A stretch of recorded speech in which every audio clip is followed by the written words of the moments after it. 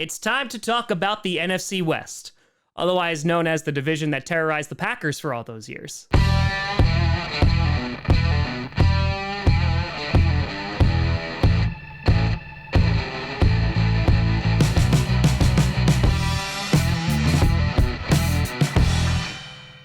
Grossi Posse Packer Nation. Welcome to another episode of Packcast, the podcast where you don't have to Packers fan, but it sure does help. I'm your host, Tom. Still will never forgive the Seahawks or 49ers, Grossi. And today we are going to be wrapping up the NFC by heading on over to the NFC West. Now, again, if you're brand new to this, what I do is I go through every single team, talk a little bit about their offseason, maybe some of their acquisitions, go through some of their opponents, and then give you a floor and a ceiling as to where I think these teams will finish. I will then give you the standings for the division at the very end, and we'll see what happens. I was dead wrong on the Seahawks last year, so you can see where this is going. So starting off with the San Francisco 49ers. The 49ers have had a bit of an interesting offseason. Last year, made it all the way to the NFC Championship game and then realized, oh crap, we don't have a quarterback because everybody got injured. Should have kept Kurt Benkert. Yep, gonna die on that hill. But the 49ers are in great shape here. They have so many skill players. Freaking Christian McCaffrey is on the team. Their defense should be really, really good, though there are some questions about their secondary. But they have one of the best middle linebackers in the entire game in Fred Warner, and I think they're gonna be just fine. I think they're a well-coached team, and even though they went through some turmoil this offseason with Trey Lance, because that was a big swing and a miss, and yes, I will hold you to that because the media keeps on giving you a pass. Sorry, I sounded like a crazy person, but really, in all honesty, the 49ers are going to be just fine. Brock Purdy seems to be healing really well. I imagine he's going to be good to go sooner rather than later. Worst case scenario, they do have Sam Darnold, who I think you could throw just about any QB in that system and they will do well. However, one of the big glaring absences is Nick Bosa, because Nick Bosa wants to get paid. There's rumors out there that are circulating that they're really, really far apart. And I imagine that this is Nick Bosa every single time he tries to negotiate with the 49ers. Money, please. Oh, no, there's no money. Oh, no problem. Oh, okay. That's fine. I'll just destroy this office. And so if something winds up happening with Nick Bosa that he is not on the field, that will be a devastating loss for the 49ers, but I still think they have the team to make up for it. And so, taking a look at some of their opponents, they have some tough ones. They have the Steelers, who I think will be a surprise team this year. They got the Jaguars. They have the Eagles in the rematch from the NFC Championship game. They have the Ravens. Of course, they're going to have to play the Seahawks twice.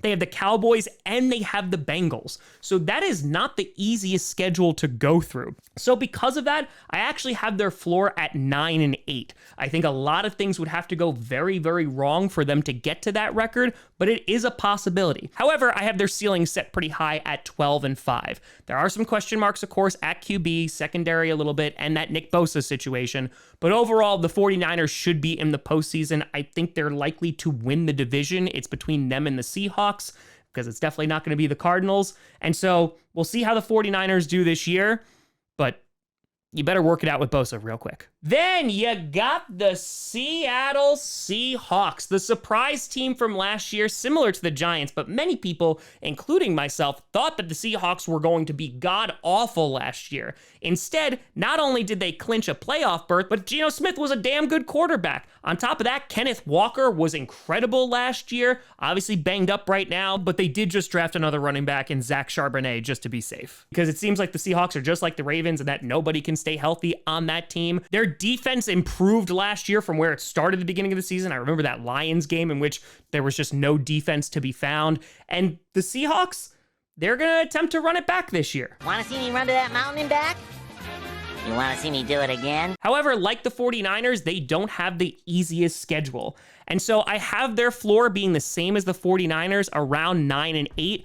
I do question if Geno Smith can replicate his success from last year, but getting JSN, who I know is banged up right now, but he should be able to produce for them. You have Tyler Lockett still, of course, and DK Metcalf, and with a good ground game when healthy, that offense should be clicking. But looking at some of their opponents, the Lions, the Bengals, the Ravens, the Cowboys, the 49ers twice, the Eagles, the Steelers, it's going to be a little bit of a battle. And so their ceiling is going to be a bit lower than the 49ers. It's going to be 10-7. I just don't think they have as good of a roster as the 49ers do, but I still have them having a winning record either way. Following that, you got arguably one of the weirdest teams heading into this season, and that is the LA Rams.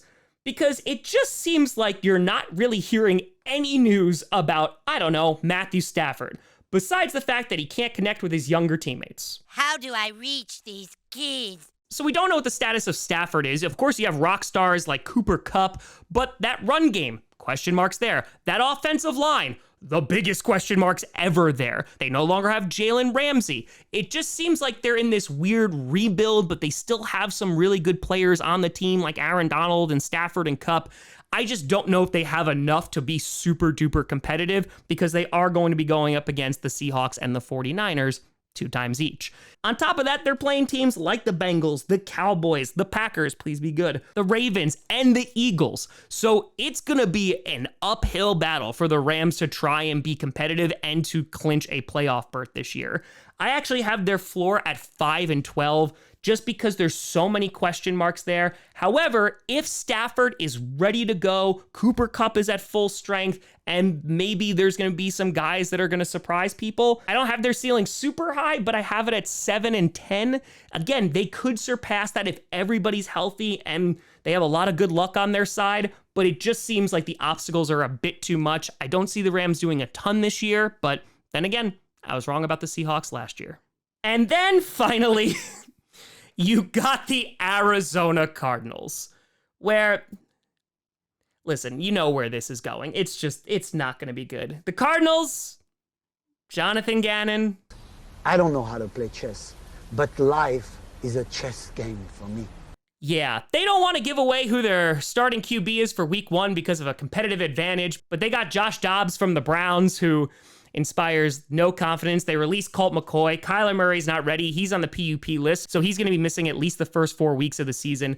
And listen, this is going to be a bad football team this year. I think they're the consensus for the number 1 overall pick. I don't think they're going to go 0-17 because they do play teams like the Rams twice, but it's gonna be tough because not only are they going against all these tough opponents, it just seems like they need to go scorched earth. They have a new regime. I don't know if that's going to work out, especially head coach, but I imagine it's going to be an evaluation year and just be crossing off the games every single week, getting closer to the draft. So I have their floor at 3-13. As I mentioned, the Rams games, maybe they'll be able to win. The Commanders, if the Commanders are not good. But all these other teams, I see them beating them. However, maybe there will be a surprise. Maybe Kyler Murray will come back and look really good. I have their ceiling around 5-12. I just don't think they're going to be a good football team. I do think they are going to be the number 1 overall pick. And with the Texans first first round pick too, maybe they can get, and with the Texans first round pick too, they can get closer to rebuilding this team into being a competitive squad. And so if we're taking everybody's ceiling, this is how the division will shape out. You got the 49ers finishing first, the Seahawks second, the Rams third, and the Cardinals fourth. But as always, let me know what you think down in the comments. You know, send me at TomGrossiComedy.com or TomGrossiComedy, all social media, see down below. Check out podcasts on SoundCloud, iTunes, Google Play Music, Spotify, and of course YouTube. And a big shout and thank you to all the patrons over patreon.com/TomGrossiComedy and the YouTube members. But thank you so much for watching. I'm Tom Grossi. And as always, go Pack Go.